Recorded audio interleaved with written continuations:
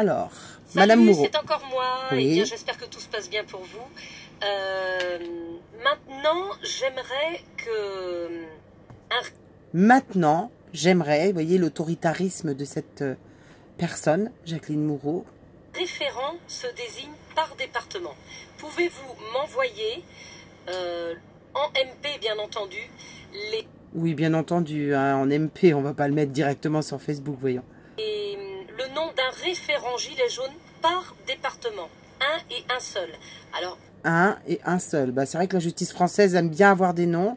Et comme ça, quand votre nom sera enregistré, que vous aurez été en garde à vue, on saura que vous êtes le référent et ça fera donc tomber votre mouvement. je pense que vous êtes suffisamment intelligent pour vous mettre d'accord sur la personne Voilà. Ça, c'est de la manipulation. qui va pouvoir le faire. Mais voilà, donc nous avons besoin d'un référent par C'est qui, nous? Quelqu'un s'est demandé qui était nous? département. Je vais tout centraliser. Elle va tout centraliser. À quel endroit? Merci de me répondre le plus rapidement possible. Oui, il faut des responsables. Merci de lui répondre le plus rapidement possible, s'il vous plaît. Bisous à tous et on tient bon. Ah oui, on tient bon, bien sûr. Bien sûr, Jacqueline, on tient bon. Mais Jacqueline, étonnamment, Monsieur Castaner vous a appelé à assumer vos responsabilités. Je suis étonnée que directement derrière, vous demandiez à chacun d'être responsable de son département. Monsieur Castaner, ça reste directement à vous. D'ailleurs, il vous traite de star médiatique. Et j'avoue que le fait qu'il vous traite de star médiatique, ça m'a un petit peu interpellée parce que j'avais déjà trouvé que vous parliez sans vraiment de charisme et vous restez d'un ton extrêmement neutre dans toutes vos vidéos comme toujours. Vous êtes sorti de nulle part et directement vous êtes passé à touche pas à mon poste, bon, Saber Solo, RTL, Énergie 8, c'est à vous, Europe 1, vous avez couru les plateaux télé Jacqueline, MB1, B2, RMC toujours, Saber toujours, Europe 1, France 3 Bretagne, La Vraie Démocratie. Et puis, bizarrement, vous êtes vraiment devant un beau drapeau français. Alors, on pourrait quand même se poser pas mal de questions. RTL, à nouveau. Enfin, vous êtes partout, Jacqueline. Vous êtes vraiment partout. Le 28 minutes aussi. C'est très étonnant. Vous êtes sur C8. C'est très étonnant de voir une personne... effectivement, qui est une star médiatique. Très étonnant qu'un ministre s'adresse à vous, et puis pas que ce ministre Castaner, il y a aussi la secrétaire d'État, Wagon, qui vous appelle Jacqueline, comme si vous vous connaissiez bien d'ailleurs, le secrétaire d'État vous demande donc de prendre vos responsabilités, en faisant passer Jacqueline pour une petite victime, n'est-ce pas, hein, qui serait responsable de ce qui s'est passé sur les Gilets jaunes.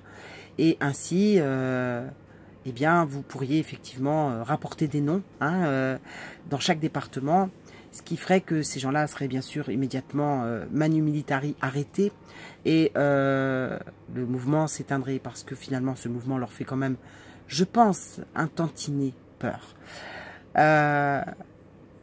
Vous êtes corrompu, c'est une évidence, c'est impossible que ce soit autrement. J'espère que les gilets jaunes ne tomberont pas dans votre panneau.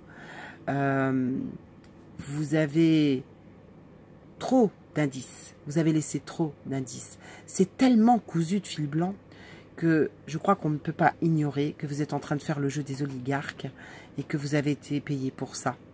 Donc, moi, je vous encourage tous à faire vos recherches, je vous encourage tous à vous poser les bonnes questions parce que la propagande est de mise, la manipulation est de mise et je crois que cette dame, il y a longtemps qu'elle aurait été arrêtée puisqu'on la reconnaît comme l'instigatrice des Gilets jaunes. Mais voyez, on la laisse tranquille et par contre, elle vous appelle tous à donner vos responsables par département. Je crois que ça devrait vous alerter. Un ministre qui dit qu'il est pris par l'émotion pour cette dame qui a été prise de panique parce qu'on bouscule sa voiture, parce qu'on l'aurait empêché d'emmener sa fille à l'hôpital.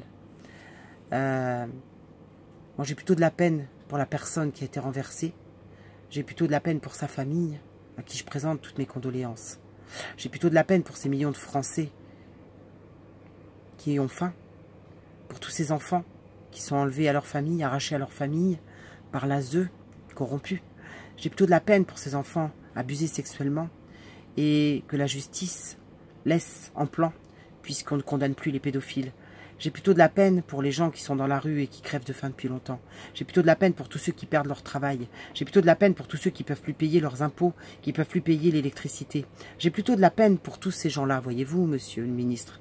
Et ce qui me dérange, c'est comment vous faites culpabiliser les gens à travers votre discours, alors que vous êtes en place dans ce gouvernement et que vous avez donc les mains et le pouvoir de changer les choses dans ce pays, que manifestement vous n'en avez pas envie, et que vous avez infiltré un petit peu tous les mouvements avec vos sbires, de façon à faire taire la révolte, de façon à faire taire tous ceux qui oseraient se dresser devant vous, en tout cas devant ce gouvernement. Alors, ne nous dites pas que vous avez de la peine, parce qu'il y a aussi dans tout ce qui s'est passé, vous ne parlez pas de la dame qui est décédée. Vous ne parlez pas de tous ces gens qu'on a blessés et qui étaient là-bas pour réclamer simplement leur dû, le respect. Vous ne parlez pas des salaires qui ont été augmentés